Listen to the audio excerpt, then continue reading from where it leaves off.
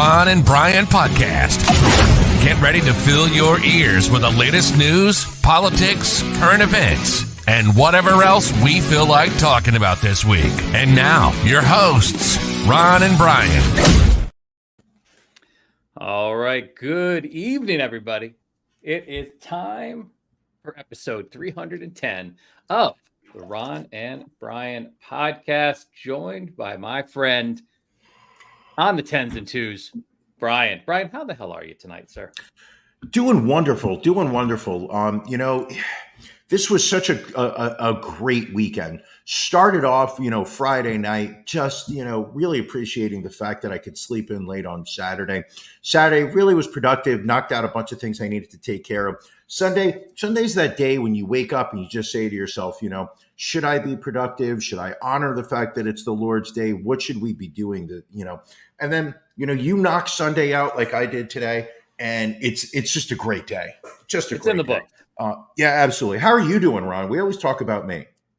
Again, having a great weekend. We've got the backyard project mostly done. Was able to lie out in the sun Friday and Saturday. Today, the weather kind of hit or miss all day, kind of raining a little bit. So, but still good. Can we, real quick, talk about Friday night and a troubling video you sent the wife and I, which made it appear that you were drunk and lost somewhere in New York City?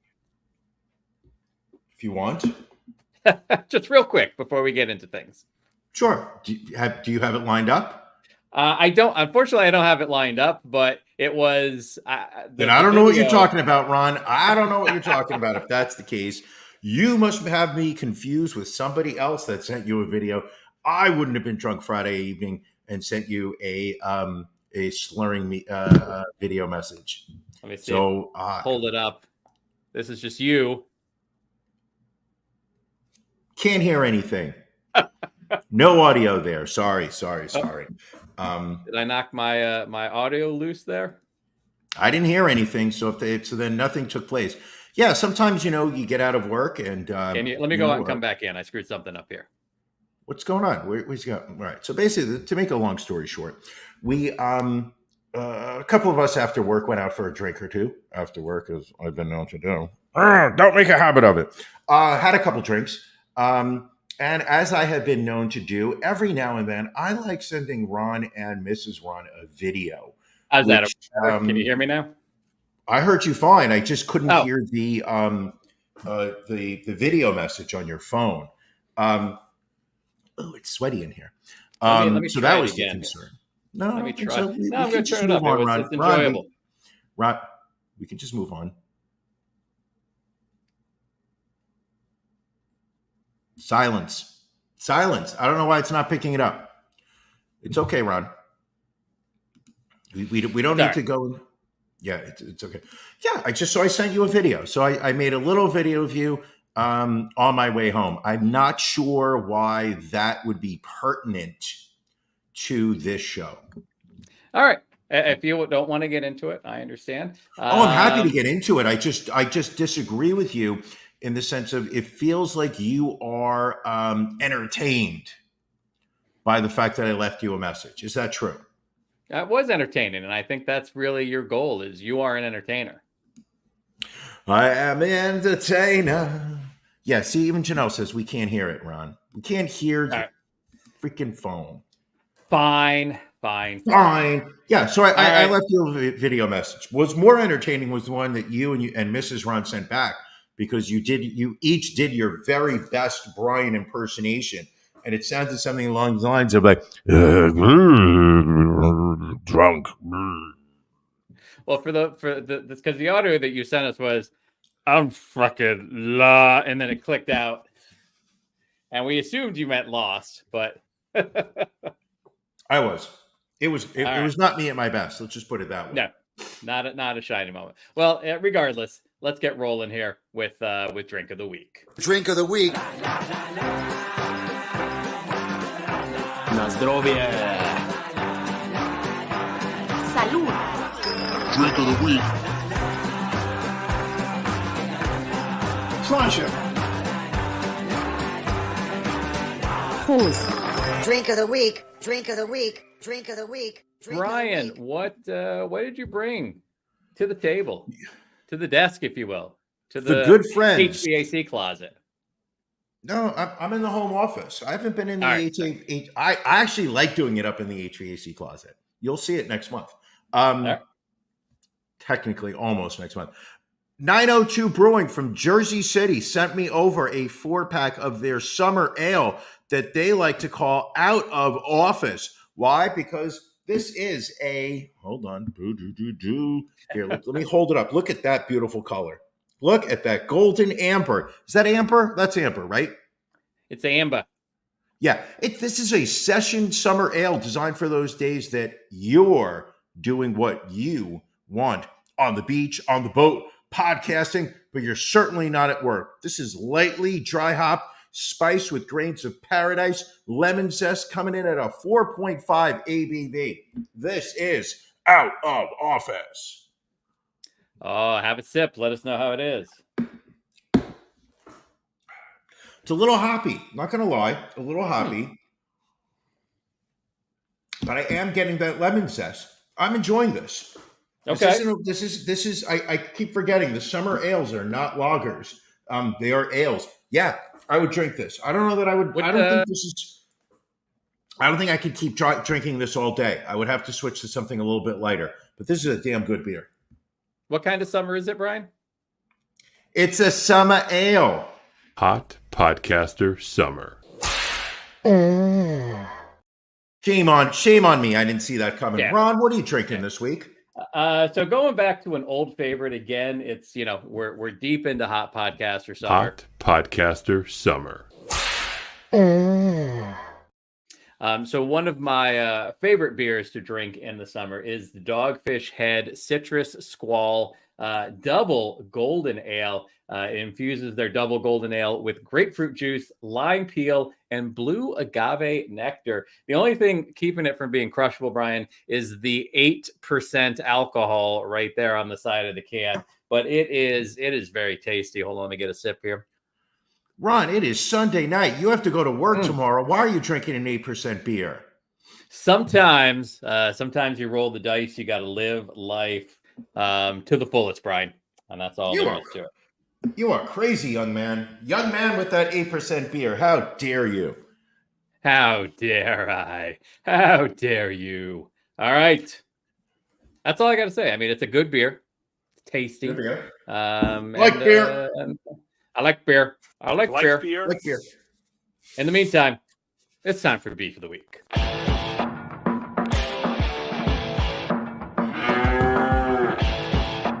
Ron and Brian's Beef of the Week.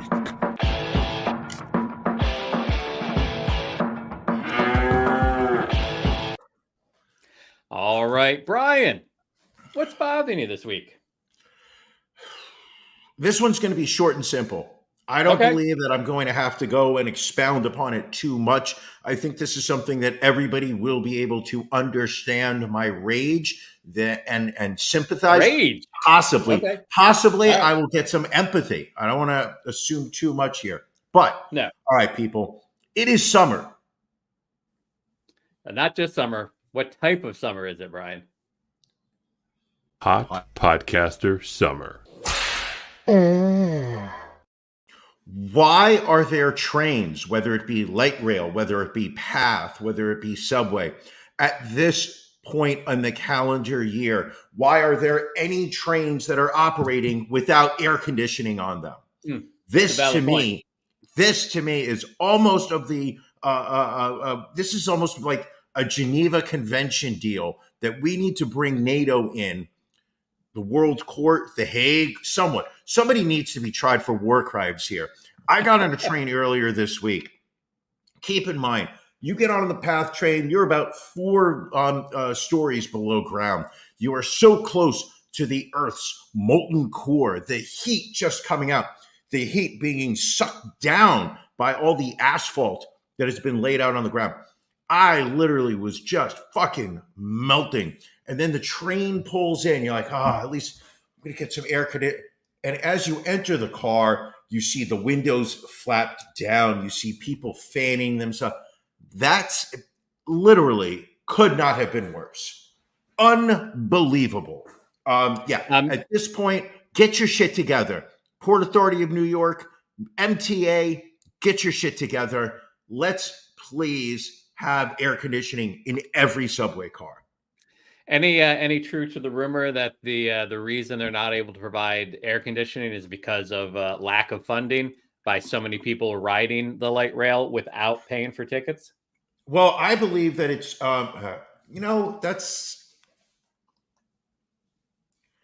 I feel like you're coming after me. No, I'm just, I read things and and true, you do sweat on a regular basis though. This is true. I've seen you break a sweat in 40-degree weather. Yeah.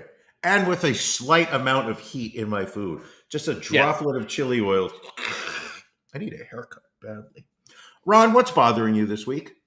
So again, minor beef. I mean, I don't think I need to go too deep into it, but my beef is with Major League Baseball and the All-Star game.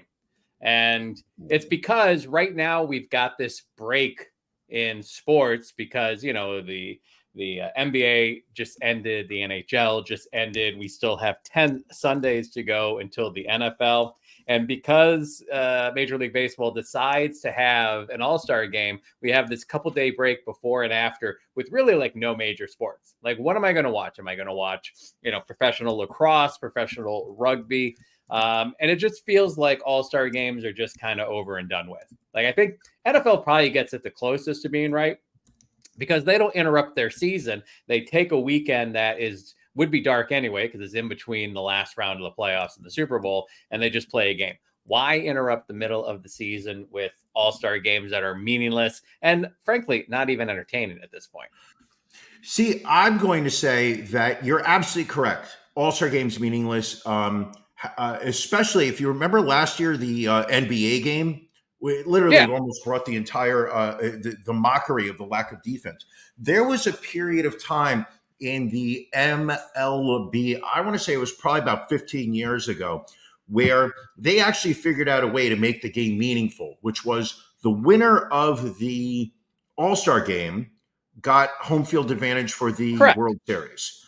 Right. That made it a fun game to watch because there were players who knew that they were going to be that they were playing on a playoff contender, that there was a chance that this victory could mean that their team has a better shot at winning the World Series. They actually cared.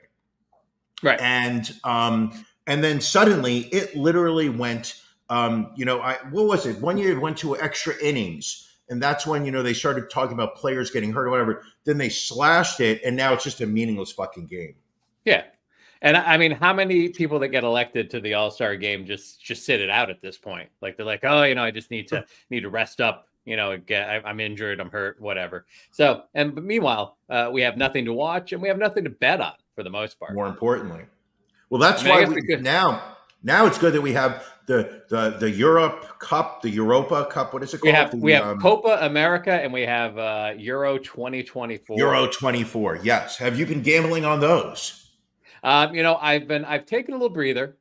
I may post All-Star break, throw my hat back into the ring. I gotta say, I don't miss it. I don't miss the aggravation, the frustration, the look of shame that you would give me on a daily basis. No. I would let you down. You and I have a very different gambling style.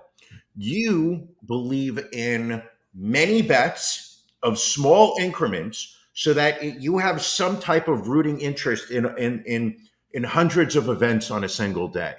Yeah. I am very much more like, I would bet like 4 different events for the whole night and be content just limiting it to like 3, 4. I'll bet a little bit more money on each event, but I try to like be a little bit more focused on it. Did I lose just as much as you did? Absolutely. Yes. Did I have any better luck? No.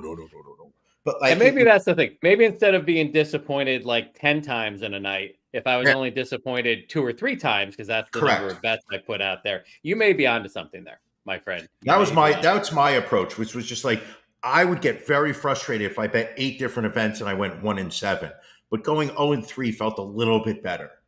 Yeah. And we are in the inevitable decline of the Yankees season. as usually hits at some point. Usually it's a little later in the year. Usually it's post All-Star break, but they have started to tank early. Combined with the fact that the Mets have gone on a bit of a run, seemingly inspired by Grimace's appearance. And I got to say, as much as I dislike the Mets, I do kind of love the Grimace vibe going on in Citibank Field right now. People dressing as Grimace and shotgunning beers just seems like the kind of mindless. Don't you feel that they're stealing some of Gritty's vibe with Grimace? Don't you feel like this is a poor man's or woman's? Don't want to be sexist here, Allie. Slow down before you start typing furiously at your keyboard. Then I'm being sexist. Isn't Grimace a poor person's Gritty?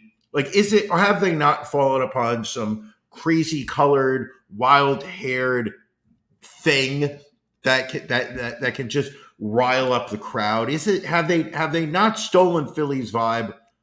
I will say this in that I think Gritty is in a category in itself. I mean, I don't think you can put anything else. So I don't think, and at the end of the day, Grimace is a significantly better mascot than Mr. or Mrs. Met. Oh, sure, 100%.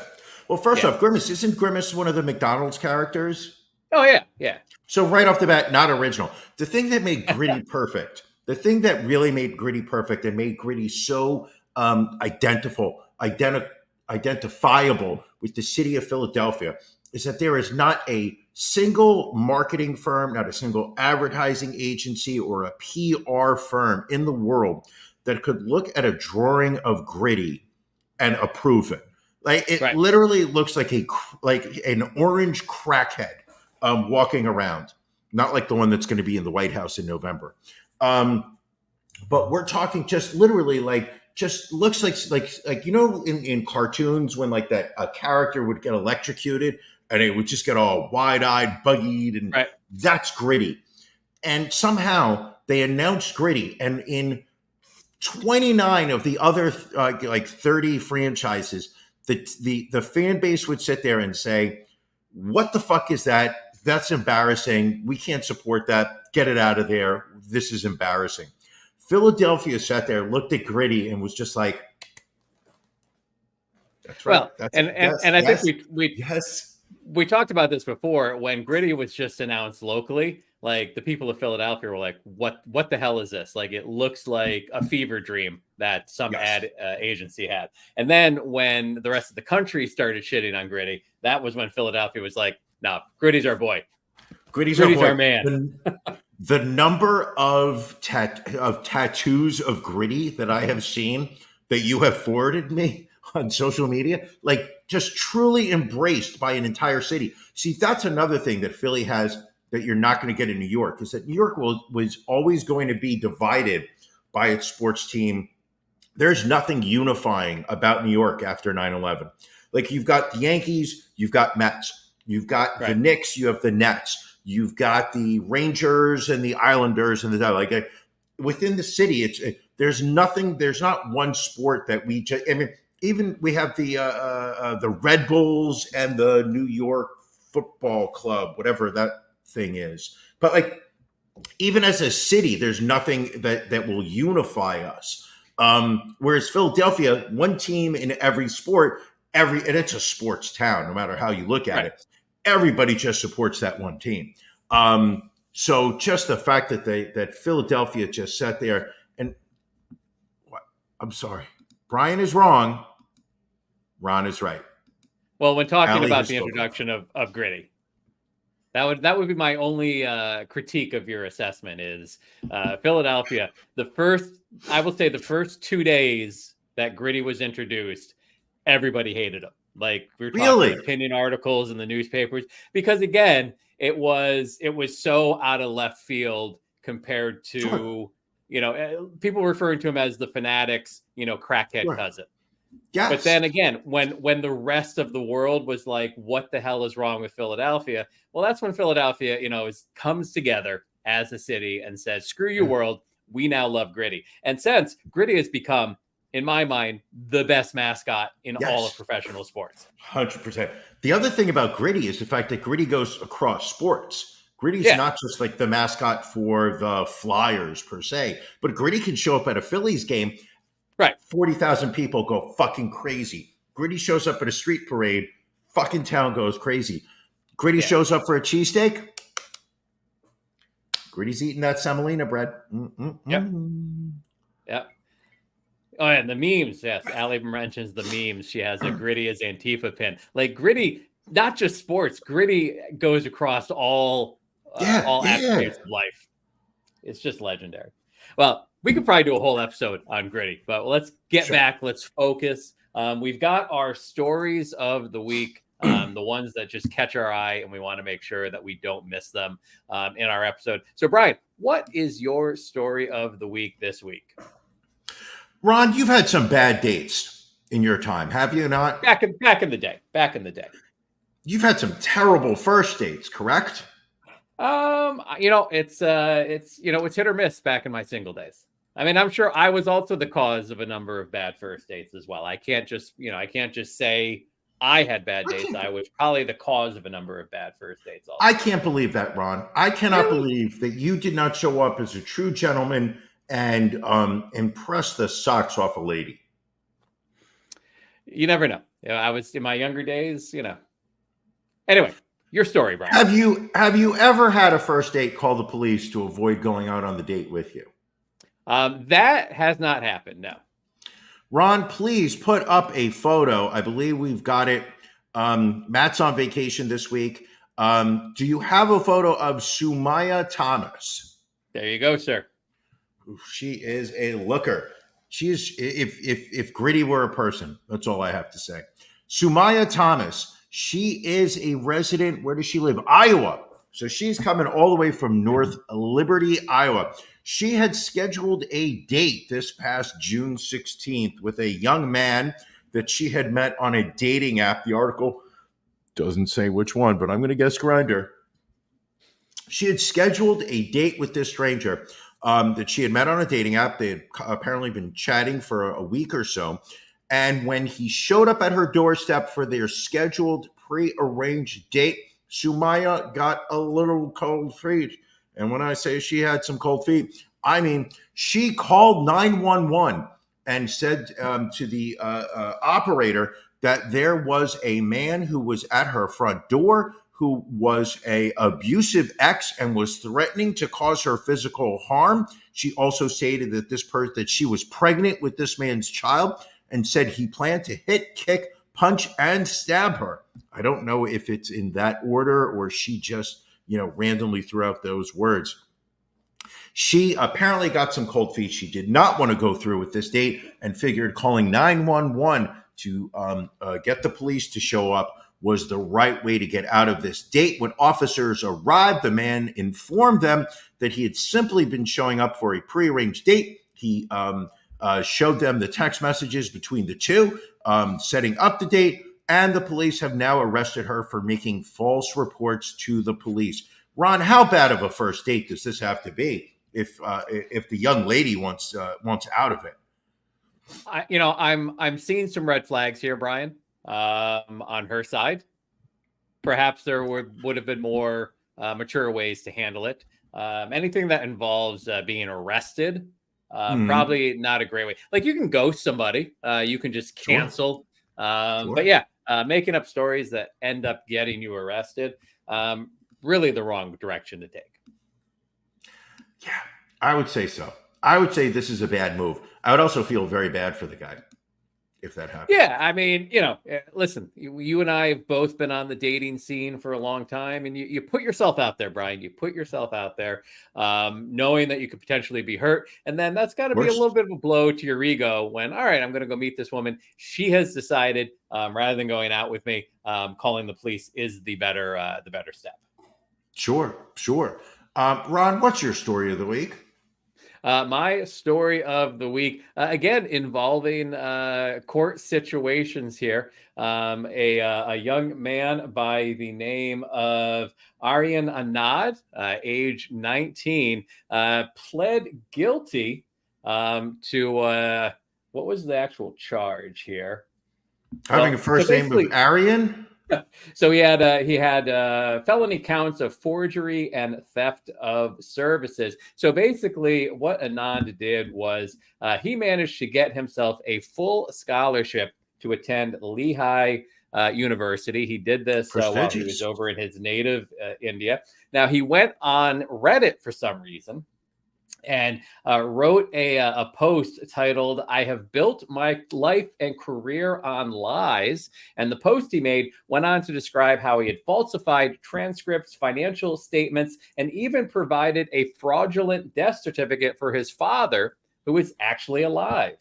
The moderator of the Reddit board might not have known who to notify about this, except for a crucial mistake made by Anand in that the only other university he followed was Lehigh University.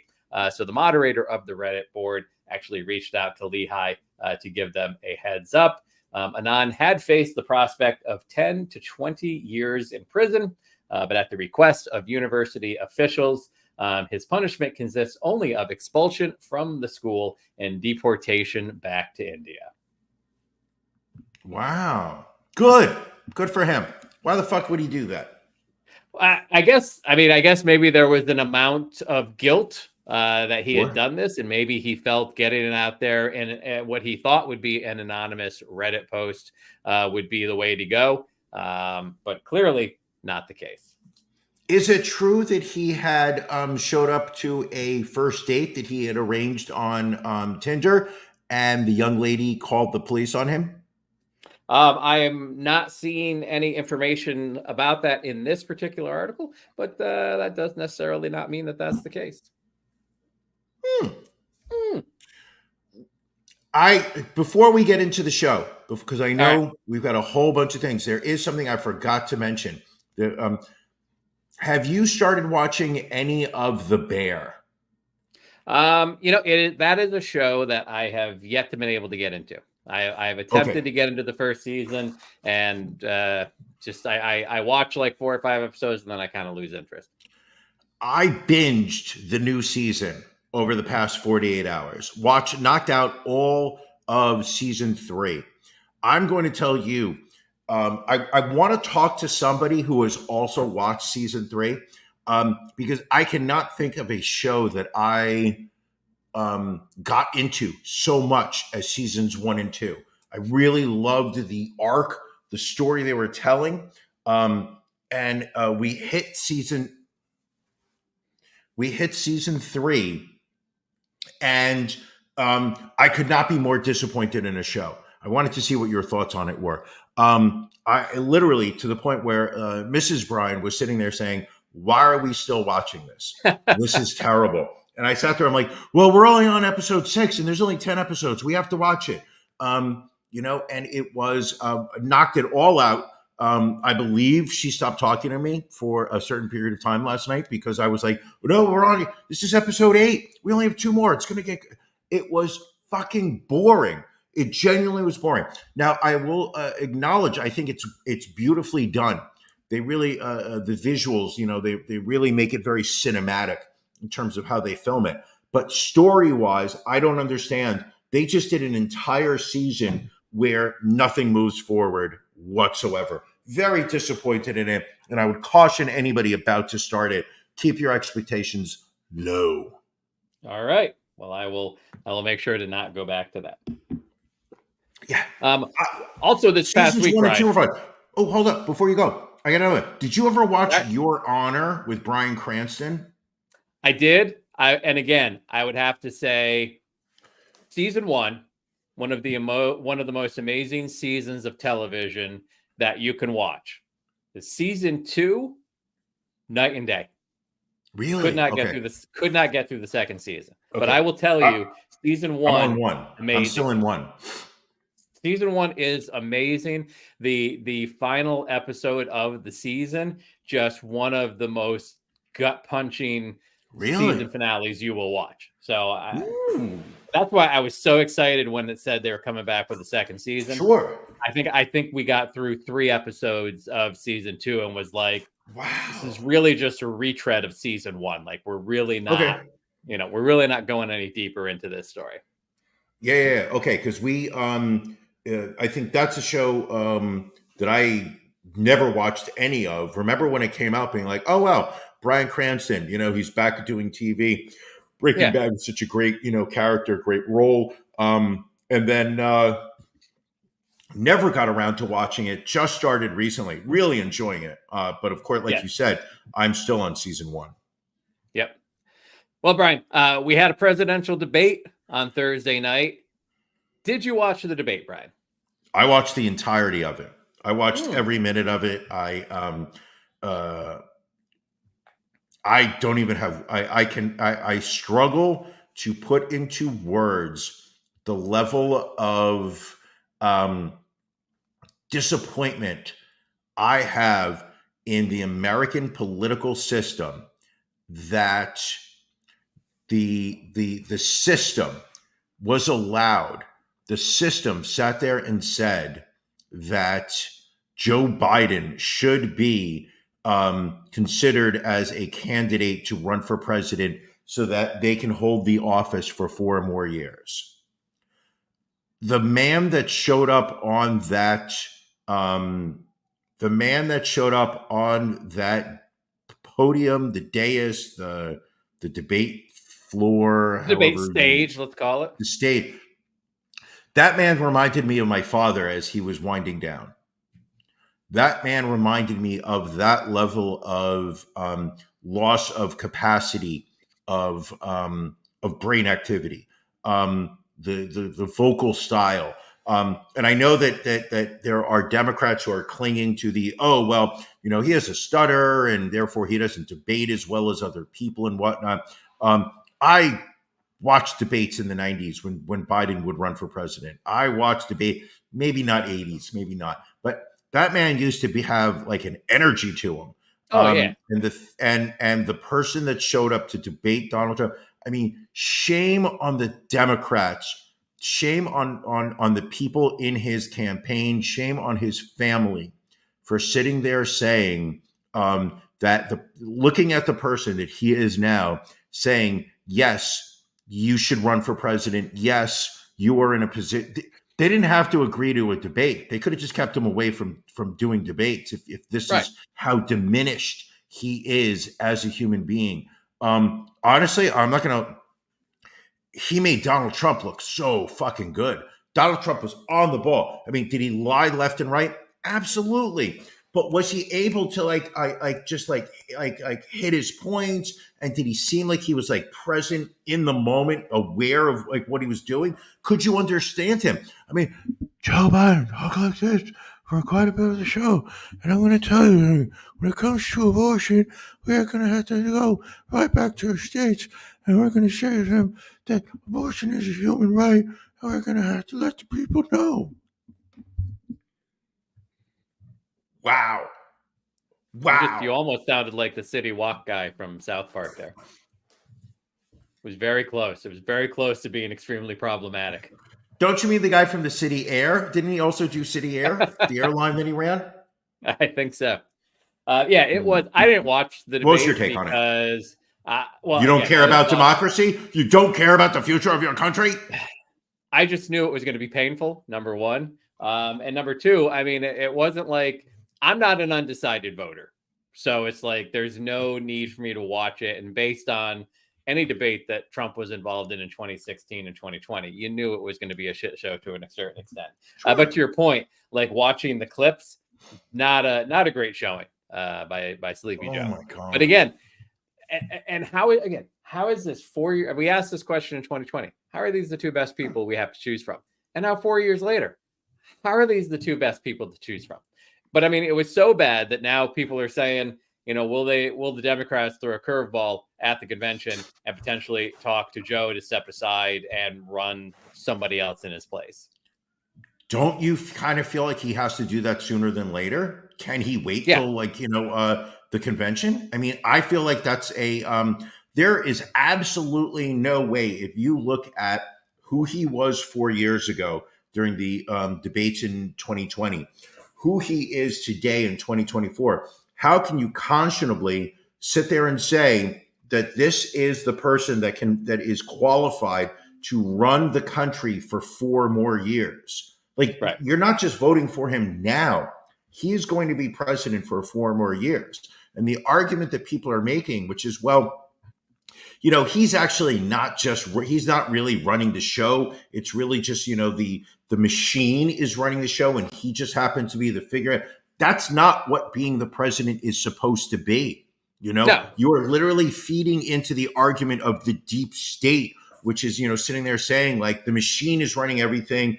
And, the machine decides all these things in the shadows and does all this. And they just put this one person up there, as a little, envelope wrap around the government. This one person is supposed to be able to control 1/3 of our federal government.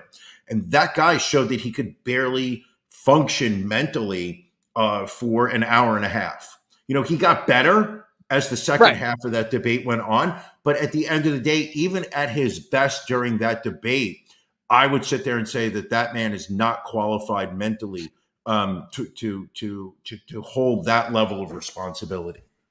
I mean, I think whatever they injected him with before the debate, they should have given it to him about a half hour ahead of time for it to have really. Can you imagine what he's like without any of those things injected into him?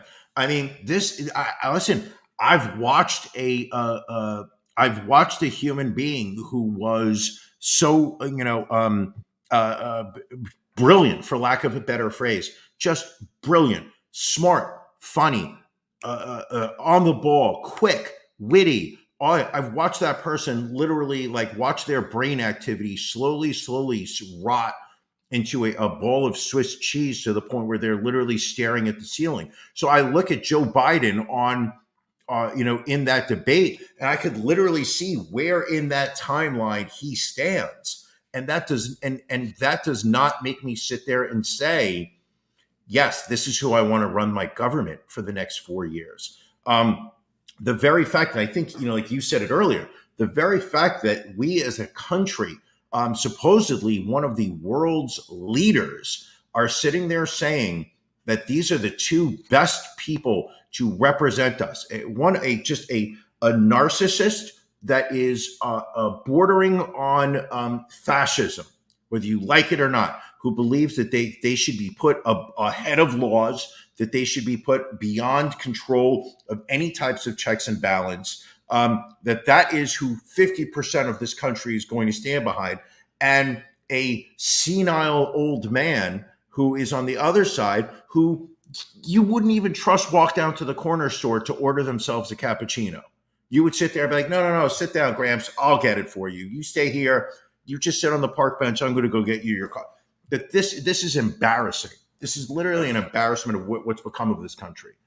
And you have to, again, you can't really blame Joe Biden because he took on a job that no one really wanted, was to run against Donald Trump in 2020. And the Democratic Party has done nothing. You would think job one, the day after Joe Biden got elected, was for the Democrats to determine, all right, who do we prepare to be ready for 2024? Correct. Because let's say Biden does say, all right, I need to step aside. Who do the Democrats put in his place?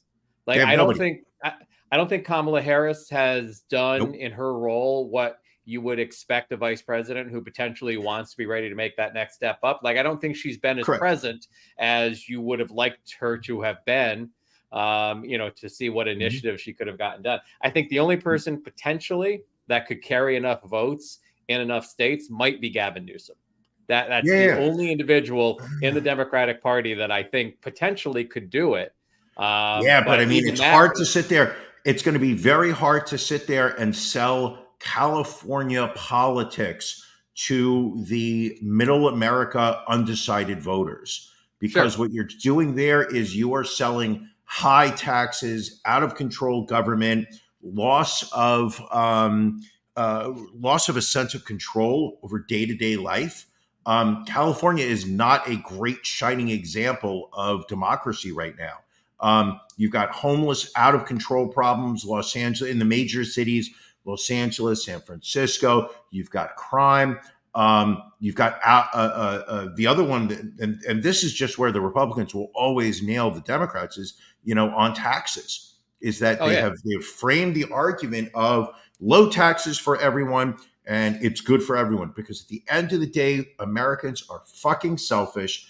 And what we want is we want to be able to sit in the suburbs where we're away from major cities. We have, lots of green grass in our front yard, in our backyard. We want to sit there and pay little income tax. We want to pay little property tax. We want to sit there and install solar powered lights in our backyard. So this way we can have an interesting fence that runs around our backyard. So when we go back into our pool, we can sit on our chair. Like, we do not want to contribute to society with our tax dollars.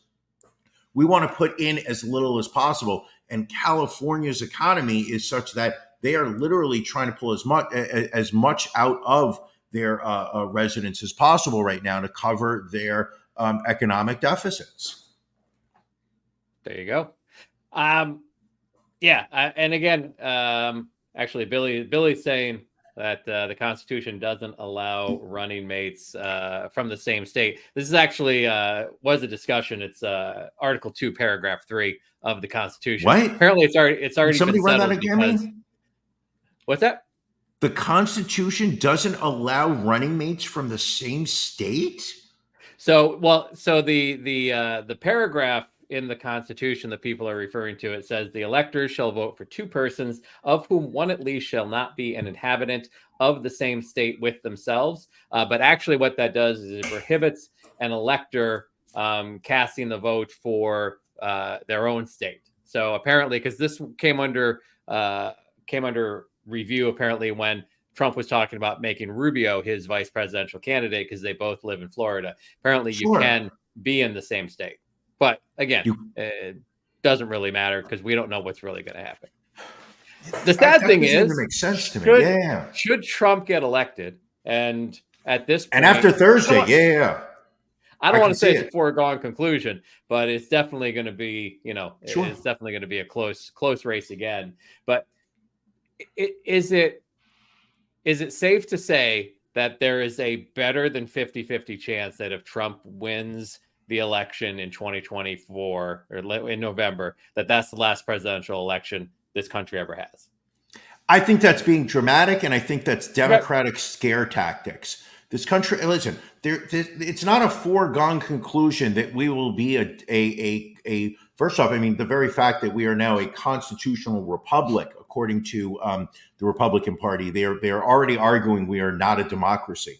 But the very fact that the scare tactics that the Democrats have put forth, which is if Trump gets elected, say goodbye to public elections, I think that is literally we will scare you to vote for Joe Biden.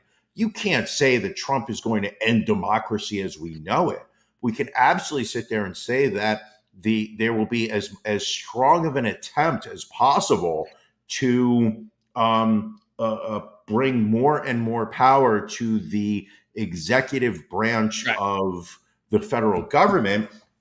Where that line is drawn, we don't know. I mean, during the first Trump presidency, I'm not going to lie, we came very close to having a public election, a presidential election overturned. We came very close to having an executive in the White House refuse to acknowledge that they had lost an election, and to how many states were sitting there trying to overthrow their states' elections in terms of sending electors to the Electoral College. I don't know that you can sit there and say democracy is over if Trump wins, but we're not taking a step towards democracy. That is absolutely. I mean, you can accept that. This is a man that does not want to lose. He's still claiming that. Yeah, I think the Project 2025 is the scariest thing out there, which is they're really pushing for Trump to get elected, and to your point, to shift a number of powers away from the legislative branch and the judicial branch to the executive branch. So it's not going to be, regardless of whether what happens as far as future elections or things, not going to be a great situation. But they'll never take away your pool, Ron. They'll never take away your pool. All right, you have a pool. Also taking place this week, Brian, was the NBA draft. I know you flipped between the debate and the first round of the draft. You were very excited to see where Bronny was going to go, and so I think you're excited to see he ended up with his dad on the Lakers. But one of the people that was watched the most closely as he slowly dropped through the draft was Duke player Kyle Filipowski. Let's see if we have his press photo here. Oof, it's a rough college photo. So everybody was saying, so this kid, he's 7-footer. Again, played four seasons at Duke, averaged 16 points and 8 rebounds. Everybody thought he was going to be a top 20 pick. Actually fell out of the first round into the second round. Day 2 of the draft, Utah Jazz selected him 32nd overall. And as people started to dig into this, they found what some people are saying a disturbing story around his fiance, Caitlin Hutchinson, seen in a photo with him right here. They got engaged as of April 18th. With the intent of getting married in August. When the story first came out, people were saying that Filipowski is 20 years old. His fiance is 25. A little bit of an age difference, but at first glance, nothing too dramatic about that. But then people started to look at her and whether she was actually 25 or not. And again, love the internet. The internet will search anything down, given enough time. So much free time. There's so much free time out there. So they found this photo from Caitlin's Facebook page when she graduated from University of Alabama back in December of 2018. And then going even further back, showing this photo of her graduating from high school back in 2015. So this potentially could make her 27 or 28 to Filipowski's 20. Again, a little older, but both adults, just the way it is. Now they're adults. Then another photo appeared on social media. This is going back to Filipowski and Hutchinson from his high school prom, showing the couple together. So Filipowski was born in November of 2003. At the time of this photo, he was 17. And Hutchinson, they're assuming 25 or 26. However, there was a now deleted comment on the prom photo from Hutchinson that read, quote, 1 year with my favorite person, which would mean that they started their relationship when he was 16 years old and she was either 24 or 25. The story gets even more sordid when apparently people are claiming that she is a Mormon.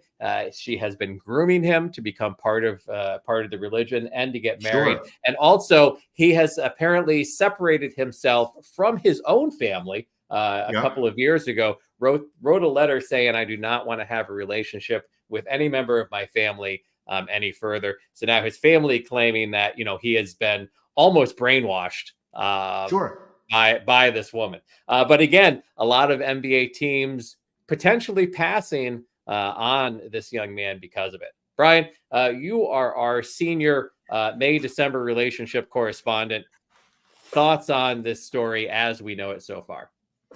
Listen, the internet has done its job. The internet has deep dived. I think that there is plenty of evidence that this young lady is not as young as people would like to purport her to be. I don't know this couple. I'm not in a position where I can sit there and state absolutely one way or the other, whether this was a case of grooming, whether this is a young man under the age of 18 who found himself in a relationship with somebody over the age of 18, where the age gap is significant enough that authorities should have been involved. What I will say is that I would not put anything past the Mormons nowadays. I have read enough about the Mormons, the Church of Latter-day Saints, as they like to refer to them as. Listen, Ron, and we've had multiple conversations over the years. polygamy is not something that I can condone. The Mormon religion is, that is their deal. That's the thing that they use to get young white males to join their religion, is to sit there and say, you know what, we're going to give you a wife. We're going to throw one in your direction. Wait a couple years. We're going to give you another one. That's not something that I can look past. That is something that boils my just at my core, the disrespect of the female empowered body. No, Mormons trash, garbage religion. Joseph Smith finding some golden tablets upstate New York because Jesus left them there for him. I can never get past that fact. Do I care? Let's not even get into soaking, because that would just take us another hour to really dive deep into that. I would love to get into soaking. Next up, Brian. Separation of church and state not going so well in some of the states of the country. This past America, week, Louisiana passing a new law requiring that every public school and state-funded college classroom in the state will have to hang a poster listing the 10 Commandments. And then in Oklahoma, now Oklahoma public schools have been ordered to teach the Bible in classrooms. It is this is, and I'm going to say this to you. Tying this back to a story we talked about earlier. This is the result of Donald Trump becoming president of the United States. Is that during his 4 years as president, he was able to put 3 people on the Supreme Court. He picked people that are religiously conservative, that are very much far right in terms of their political beliefs. And as such, you are seeing southern states, right-wing states. I don't think that's the right way of saying it. They are pushing as far as they can to see how far can they tie public life with their religion, not religion, their religion. Right. The very concept of stating that we need to read the 10 Commandments in public schools, right off the bat, stating there should not. I mean, at the separation of church and state. I mean, you cannot think of a more divisive topic to try to rip down that pillar that this country has been standing on for over 200 years, that the state should be separated from a church. To now sit there and have these very church-minded politicians sitting there trying to force their church into public life, and with the very idea that they are banking on the fact that a conservative Supreme Court will ultimately back them up, because you've got people like Alito on the Supreme Court, who has been quoted as saying that we need more religion back in our public life, that the world was a better place when we did abide by God's laws. Holy shit! This guy is making decisions at a Supreme Court level. This was the most damaging and dangerous outcome of a Trump presidency, and you are now seeing the results of it. Roe v. Wade being overturned, the abortion laws that are being passed by southern states. This is more dangerous to me than we're not going to have democracy anymore. Well, and I think we'd be remiss if we didn't mention that Louisiana as a state ranks 47th in education in the country, and Oklahoma ranks 49th in the country in education. Sure. And over the last 100 years that we've been tracking this, both of these states have consistently ranked in the bottom 10 to 15% in education. So maybe, just going out on a limb here, maybe the Bible and the 10 Commandments aren't the areas they should be focusing on. Maybe English, math, basic skills, because they are, that's great that, you'll be producing students that know the 10 Commandments and know the Bible. However, that does not give them the job skills that they would need to compete with other states. And as we have talked about, again, previously on this podcast, the amount that the red states take from the federal government because they are not successful enough to appropriately fund themselves. Yes. This does not help. So it's just amazing that the states, it's the same thing. The states that rank lowest in maternal and infant mortality are the ones that are against abortion, but also against healthcare, also against, the Affordable Care Act.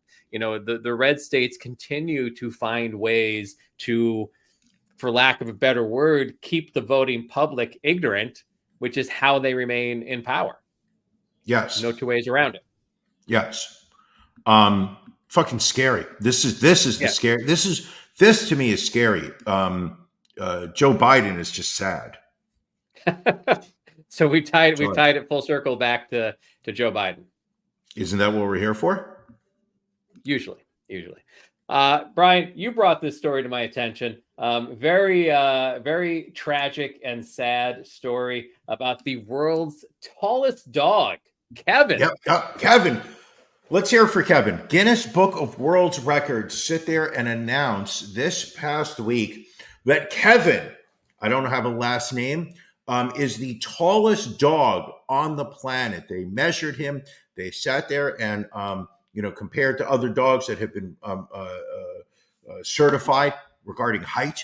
And Kevin was announced as the tallest dog in all of the world. Long may he live to appreciate his height and this world record. Correct? Well, he claimed the title after measuring in at 3 feet 2 inches tall. However, the 3-year-old Great Dane died after getting sick and undergoing a surprise surgery shortly after being awarded the Guinness record for world's tallest dog.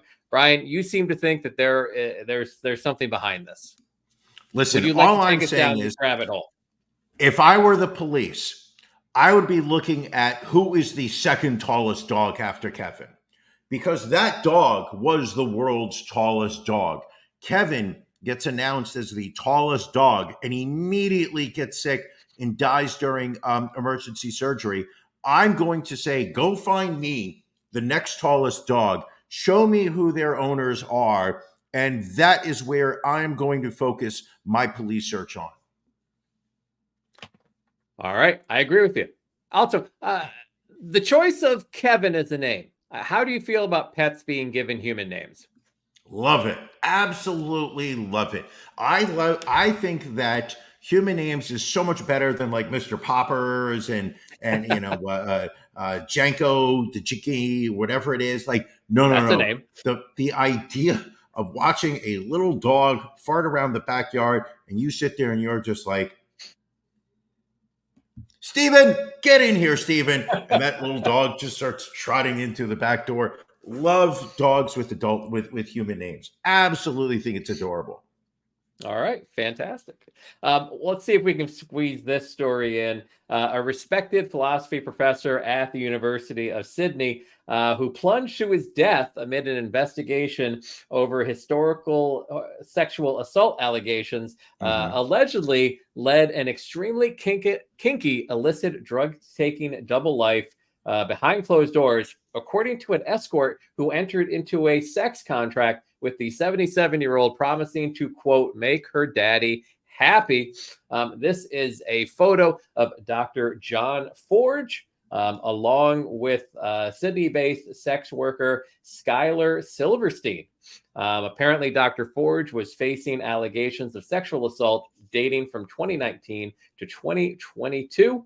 According to Silverstein, quote, he was about to be exposed. She said she had been in an 8-month financial arrangement with Dr. Forge after he became one of her clients in January last year. A handwritten contract outlined her duties, which said, quote, above all, she will do everything she can to make her daddy happy. She will do this by being a good, obedient girl, but above all, she will love him and try to please him in any way she can. Her love is her greatest gift. Her daddy will have exclusive use of her body to do as he likes. He may introduce the activities set out under, quote, punishments simply because he wants to. She has a right to say what she wants, but daddy decides. In a disturbing role play video sent to Mrs. Silverstein, Dr. Forge addresses the escort as if she was a student in one of his lectures. Where does a guy looking like this, dressed like this, get off? Obviously, he's got the wallet, he's got the money, and he is sitting there saying, I will give you a significant amount of money if you play along with this. But if you show up wearing a purple paisley shirt with what looks to be a purple linen suit jacket, and you've got a fucking mouth of teeth that look like that. And by the way, if you're listening to the audio version of this, you need to get on our YouTube. You need to watch the YouTube video, because as we do these stories, Matt, usually our producer, he is MIA this week. So Ron stepped in. I appreciate your efforts, Ron. You're not as good as Matt. You are not Matt. But you're doing your best. The very fact that this guy is going to sit there and say that he is going to take a dominant role with that woman is absolutely fucking ludicrous. When I look at this guy's face, I want to slap a slice of American cheese on his forehead and tell him to go fuck off, because that's what his face looks like he needs. And yet he's going to sit there and tell her that her body belongs to him. Ludicrous. Apparently, videos have also surfaced with Dr. Forge smoking a bong and snorting lines of a white powder that appears to be cocaine. But apparently, more disturbing is that he allegedly groomed victims that were students of his at the university and then began to sexually assault them. That's why he killed himself? Apparently, he threw himself into a gorge. Well, he didn't allegedly throw himself into a gorge. He actually threw himself into a gorge because of these alleged acts. Which, listen, if it's true, I think leaping into a gorge is too good for him. Exactly. Yeah. Fuck him. And I'm glad that he got exposed. So whatever legacy he may have wanted to hold on to has now been utterly ruined. I'm okay with that. And we don't kink shame around here. Listen, just because he had a certain arrangement with a sex worker, we are fine with that. But can't get behind the sexual assault. Nope, not at all. Under no circumstances. It's never okay. I think we have time for another story here. And this is about the world's tallest model and former Olympic medalist. She claims she has lost out on a potential $500,000 after her explicit OnlyFans content was stolen and reposted on the social media platform Discard. This is Ekaterina Lysina, who at 6'9" holds the title of the world's tallest catwalker from the Guinness Book of World Records and was once listed as having the world's longest legs. But my question to you, Brian, is the headline from the New York Post where it says, world's tallest model and Olympic medalist hoofs it to court after new OnlyFans content is stolen. An interesting choice of words. Why do you think they said hoofs it? Is it because of the legs? Am I missing something here? No, it is because of the legs. I think at its core, I think the New York Post is misogynistic, and I think the very fact that they that this is how they their copy editors like to write about women who happen to be taller than average is disgusting to me. Billy asking the real questions: is she taller than that dog? We'll never know. Because poor Kevin is no longer with us. Kevin is I think we got to end on that note. That's a great question. All right. Well, a great episode. I mean, we say this each and every week, but I feel like it gets greater and greater every single week. Another Sunday night in the books. We will be getting ready to do our after dark. Normally this would be pajama party night. With Matt being on vacation and other things going on, we have had to push the pajama party to next Sunday, which next week's July 4th. we'll be doing our patriotic episode as we do each and every year around the 4th of July. But that just means that if you are not part of our Patreon just yet, you can join in perfect time for next week's pajama party. We will also have a Can You Beat Brian? Which, Brian, I know you have already started to sweat over. You were not successful in April. I defended our honor in May, and now it is up to you to bring it. Don't sing it, Brian. Bring it. I'm ready. I'll bring my best. All right. Well, if you haven't already, go to ronandbrianpodcast.com, click in the upper right-hand corner to become a Patreon. Visit our web store. The coasters are up on the web store that we showed off last week. They have been flying off the shelves like hotcakes, but we still have some left. And Brian, what's some of the other merch you have lying around that you can show people? Show right now? They're in the other room. Do you want me to go? I mean, go to our website right now. Right? Can you take us to the website right now, Ron, or no? I can just put a link in there, because what we've got on our website, if you go to ronandbrianpodcast.com, click in the link on the upper right-hand corner where it says store. You can support the show while also scoring yours. Bless me. The fuck was that? Bless you, Ron. I thought you were doing coke. You've got some incredible pieces of swag right there. We have 2 different types of baseball caps. You have got the famous Ron, Headshot Ron magnet. I mean, tell me if I'm wrong on this one. We are on our 3rd printing of Headshot Ron magnets, if that's not correct. At least. We have shot glasses. We have podcast stickers. We have podcast magnets. Coffee Nook Ron, my personal favorite. You got a pin that you could wear when you're wearing, right next to your American flag lapel pin. You can have your Coffee Nook Ron coffee lapel pin. And now this past week we offered, and keep in mind, people, that is a sale price. That is our 4th of July sale price for those coasters. You're talking about American-made hard-pressed cardboard fiber, incredible coasters, only $1.49 each. And it's important also to note the Coffee Nook Ron pin, once that runs out, that is a final printing of that. That will become Never a collector's edition. As big as the Beanie Baby, as big as the Cabbage Patch Kid, as big as a piece of JFK's brain matter. That is how rare that Coffee Nook pin will become. Sure. Go on eBay. Those things are going for thousands of dollars. We don't want that. We're not looking to gouge our fans. So you want yourself a Coffee Nook Ron lapel pin, you go to our website, you buy it, very reasonably priced. All right. Well, episode 310 in the books. Thank you all for joining us. Brian, anything else before we head out of here? This was a pleasure. Another beautiful Sunday night. We are steaming through Hot Podcaster Summer. Hot Podcaster Summer. July 4th weekend approaching. It's going to be all about America. Woo-hoo!